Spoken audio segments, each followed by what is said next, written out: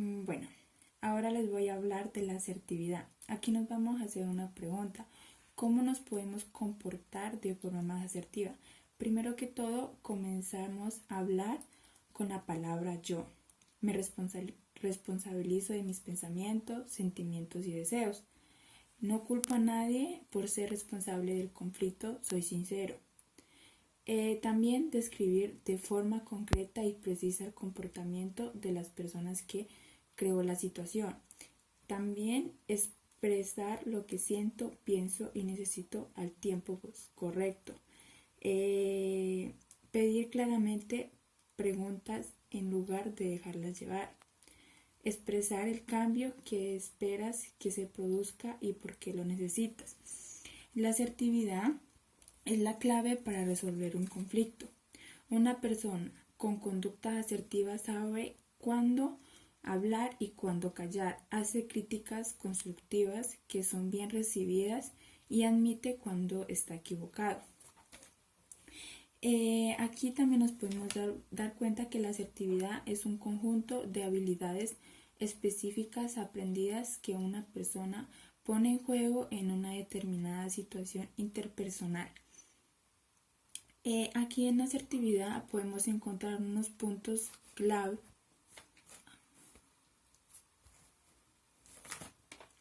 Nos podemos encontrar unos puntos claves en la asertividad. Lo primero es que una conducta interpersonal que puede incluir la expresión directa y honesta del pensamiento y sentimientos. El segundo punto es cuando alguien se comporta asertivamente, los sentimientos y bienestar de los otros se consideran y es importante para cada situación presente. También encontraremos unas estrategias ante el conflicto, que la primera es la atenuación, que se trata de simular que todo va bien cuando en realidad hay conflictos. No funciona a largo plazo. La atenuación en sí se trata de no expresar todo lo que quiere dar a entender en sí y negar el conflicto que hay, pero en realidad lo quiere afirmar. Otra estrategia se llama la evasión, distanciamiento. Esta se trata de distanciarse del conflicto, dejarlo en manos del azar o en manos de otra persona. En sí se trata en que las partes es cuando una de las partes o ambas toman la decisión de evitar la interacción alejándose de otra persona. También esta estrategia no resuelve realmente el conflicto, sino que más bien lo posterga, lo cual puede resultar a largo plazo un mayor conflicto más grande. La tercera estrategia se llama la negación. La negación es que cada parte cede en algo, pero a la vez obtiene ganancias. En esta estrategia es cuando trata de resolver dicho conflicto por medio de un acuerdo.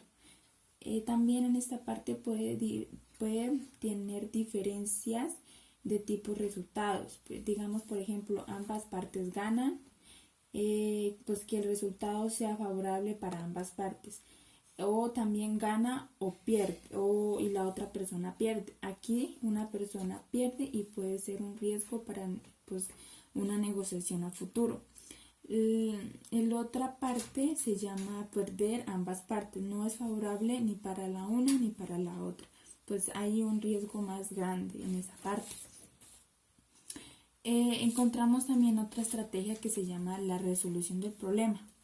Esa resolución del problema es las partes afrontan la cuestión del conflicto conjuntamente. Para resolver un problema debemos tener en cuenta unas situaciones, que primero que todo es definir el problema, lo primero. Lo segundo es analizar las causas. Lo tercero es definir objetivos para actuar, o digamos que sean claros y que puedan solucionar en sí el conflicto. También la otra parte es generar alternativas, que es buscar una forma para mejorar cada situación. Luego, esas estrategias ponerlas en práctica, elegir las más correctas.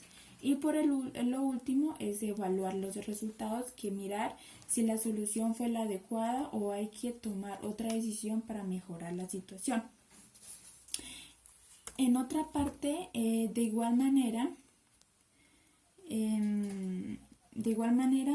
compartir una misma identidad puede originar más aproximadamente la cooperación. Entonces, en esta parte puede aumentar la atracción interpersonal. Otra parte importante es los procesos de categorización social produce percepción estereotipada de sí mismo. Aquí puede aumentar la percepción de semejanzas intragrupales. Otra parte muy importante es el deseo de mantener autoestima positivo hacia que los miembros, de esta manera hace que los miembros se sientan atraídos por el endogrupo. Hay una pregunta también aquí. ¿Se puede distinguir los conflictos? De igual manera y de forma genérica, cabe la posibilidad de distinguir entre conflictos objetivos y conflictos psicosociales, y son precisamente estos los que tienen un mayor protagonista en la realidad social. Pues digamos, es decir, que son las variables psicológicas y sociales las que en muchos casos van a determinar las causas de los conflictos entre grupos y por derivación nuestras propias conductas. Entonces ahora les vamos a dar una explicación de cada tipo de conflicto. Primero es el conflicto objetivo, que este conflicto objetivo se produce cuando existen intereses grupales opuestos por conseguir unos recursos considerados como escasos, lo que suele provocar una competencia entre grupos que se transforma en un conflicto real de intereses. Ese conflicto puede estar institucionalizado y limitado por reglas y normas que los grupos pueden haber aceptado, como ocurría, por ejemplo, en un encuentro deportivo. En sí, este conflicto es cuando los miembros del grupo tienen distintos intereses o objetivos a alcanzar, son diferentes. Por esta razón se puede transformar en conflicto de intereses. El otro es el conflicto subjetivo, que aquí puede considerarse como implícitos. Son aquellas causas, no debemos buscarlas en intereses reales objetivos, económicos o por ejemplo políticos, sino aspectos psicológicos. Son variables psicosociales como el interés por conseguir una identidad social positiva que refuerce nuestro autoconcepto o realizar unas comparaciones entre nuestro grupo y otros grupos con el fin de distinguirse de ellos, las que van a orientar e incluso elegir el funcionamiento de los procesos sociales. Este conflicto en sí se trata es que aquí en cuando los intereses de los miembros del grupo no son ni económicos ni políticos, sino psicológicos. Por ejemplo, la identificación social que sea positiva y el reforzamiento de la autoestima o el reforzamiento de autoconcepto. Y si en estos intereses psicológicos no los puede realizar los miembros de los grupos, ahí puede surgir el conflicto. Si no hay un autoconcepto pues que sea positivo en sí, o un autoestima o una identificación social que no sea, digamos, favorable entre los grupos, entonces ahí puede ocurrir que haya un conflicto subjetivos.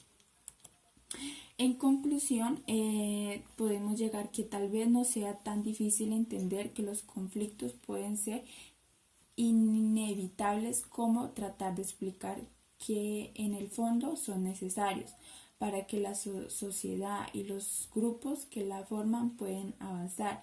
El conflicto no es un hecho negativo en sí mismo, puede generar pautas de evaluación y desarrollo y formar parte de la vida de las relaciones personales y de los grupos. Una solución sin conflictos permanecerá estancada. Es por ello por lo que la idea no es tan evitarlos permanentemente como mano pues de alejarlos, para darnos una constructivo y positivo orientado al desarrollo de los propios grupos. Entendemos pues que el conflicto como una parte del combustible que permite poner en marcha la maquinaria social. Aquí pues en conclusión nos podemos concluir también que los conflictos en un grupo pueden aparecer en cualquier momento, sin embargo es necesario evitarlos o tratar de corregirlos pues correctamente, o pues hacer las tareas correctamente asignadas. La definición de competencia y responsabilidad fijan de objetivo y buena comunicación entre los grupos en sí, para evitar o para buscar una solución en sí, es que sea una buena comunicación y que sea pues en ambas partes, que sea favorable para pues los grupos. Muchas gracias.